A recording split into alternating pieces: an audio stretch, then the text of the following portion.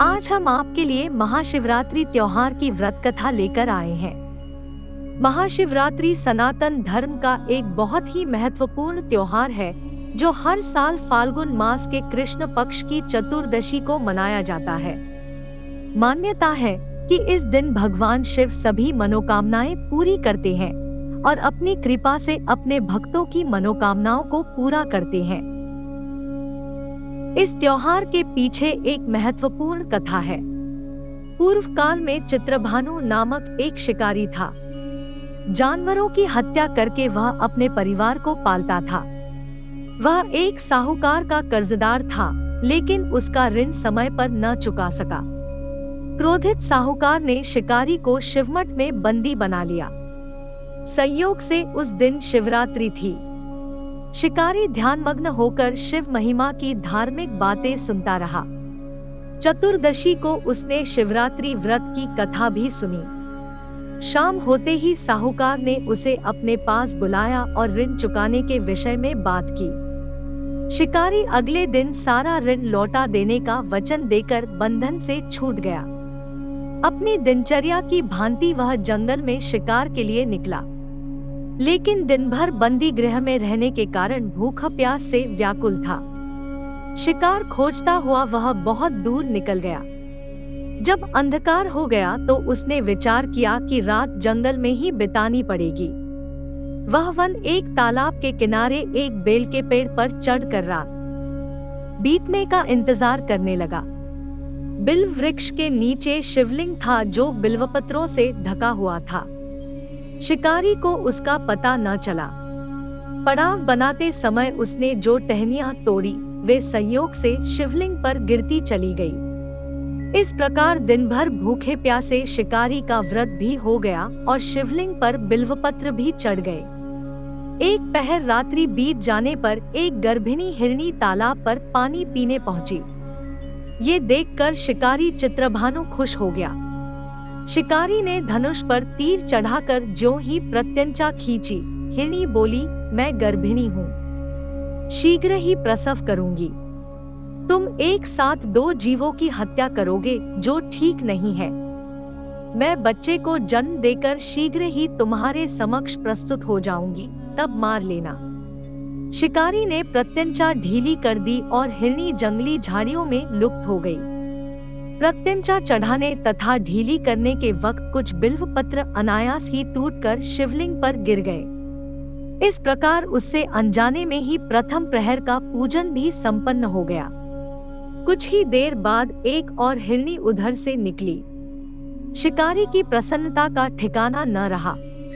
समीप आने पर उसने धनुष पर बाण चढ़ाया।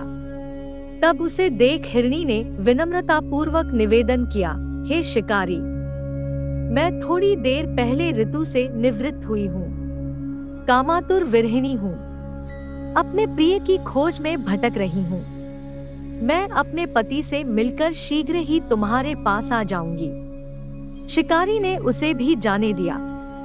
2 बार शिकार को खोकर उसका माथा ठनका। वह चिंता में पड़ गया। रात्रि का आखिरी पहर बीत रहा था। इस बार भी धनुष से लगकर कुछ बेलपत्र शिवलिंग पर जा गिरे तथा दूसरे प्रहर की पूजन भी संपन्न हो गई।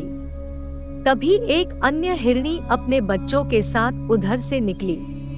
शिकारी के लिए यह स्वर्णिम अवसर था। उसने धनुष पर तीर चढ़ाने में देर नहीं लगाई।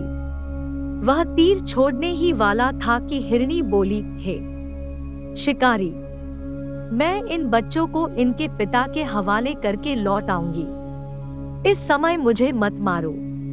शिकारी हंसा और बोला, सामने आए शिकार को छोड़ दूं, मैं ऐसा मूर्ख नहीं। इससे पहले मैं 2 बार अपना शिकार खो चुका हूँ। मेरे बच्चे भूख प्यास से व्यग्र हो रहे होंगे। उत्तर में हिरनी ने फिर कहा, जैसे तुम्हें अपने बच्चों की ममता सता रही है, ठीक वैसे ही मुझे भी।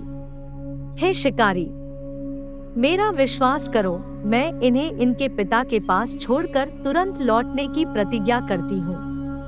हिरनी का दीन स्वर सुनकर शिकारी को उस पर दया आ गई। उसने उस मृगी को भी जाने दिया। शिकार के अभाव में तथा भूख प्यास से व्याकुल शिकारी अनजाने में ही बेलवृक्ष पर बैठा बेलपत्र तोड़ तोड़ कर नीचे फेंकता जा रहा था। पौ फटने को हुई तो एक हृष्टपुष्ट मृग उसी रास्ते पर आया। शिकारी ने सोच लिया कि इसका शिकार वह अवश्य करेगा। शिकारी की तनी प्रत्यंचा देखकर मृग विनीत स्वर में बोला, हे शिकारी, यदि तुमने मुझसे पूर्व आने वाली 3 मृगियों तथा छोटे छोटे बच्चों को मार डाला है तो मुझे भी मारने में विलंब न करो, ताकि मुझे उनके वियोग में एक क्षण भी दुख न सहना पड़े। मैं उन हिरनियों का पति हूँ। यदि तुमने उन्हें जीवन दान दिया है तो मुझे भी कुछ क्षण का जीवन देने की कृपा करो। मैं उनसे मिलकर तुम्हारे समक्ष उपस्थित हो जाऊंगा। मृग की बात सुनते ही शिकारी के सामने पूरी रात का घटनाचक्र घूम गया। उसने सारी कथा मृग को सुना दी।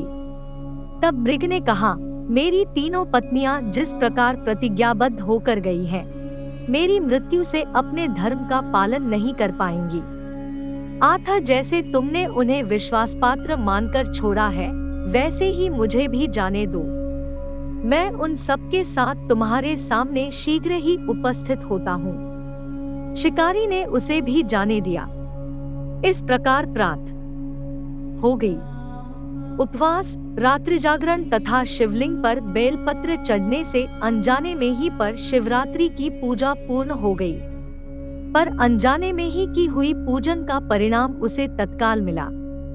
शिकारी का हिंसक हृदय निर्मल हो गया।